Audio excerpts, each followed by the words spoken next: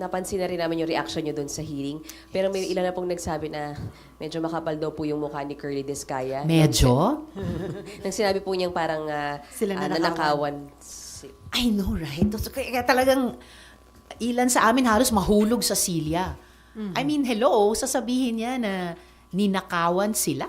Parang, ano nga, parang hinold up tayo, tapos kailangan pa natin mag-sorry sa hold-upper. I mean, tigilin na ng mga Diskaya yung ganyang pag-iiwas sa mga tanong or outright pag-deflect sa direction na gustong tahakin ng hearing. Kung talagang gusto nilang makipagtulungan sa gobyerno, simula na sa Blue Ribbon Committee, kung talagang gusto nilang matanggap sa Witness Protection Program, dito pa lang sa Senado, simulan na nilang sagutin ng tapat at kompleto lahat ng aming mga tanong. Tigilin na yung mga yun na nga, hold-upper, pretending to be the victim.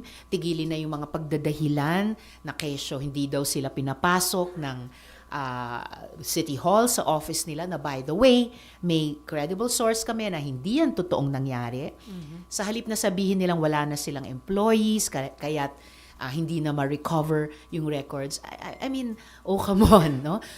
Inamin mismo ni Sara Diskaya nung isang early hearing na definitely 2016 pa lang, nagsimula na silang tumanggap ng malalaking kontrata, pati sa flood control mula sa gobyerno. At tansya ng Blue Ribbon, from that 2016 to 2025, mga 305 billion pesos worth, kung di ako nagkakamali, ng kontrata ang na-secure nila sa gobyerno. Imposibleng ganyang kalalaking mga proyekto talaga ay walang paper trail at wala silang access doon.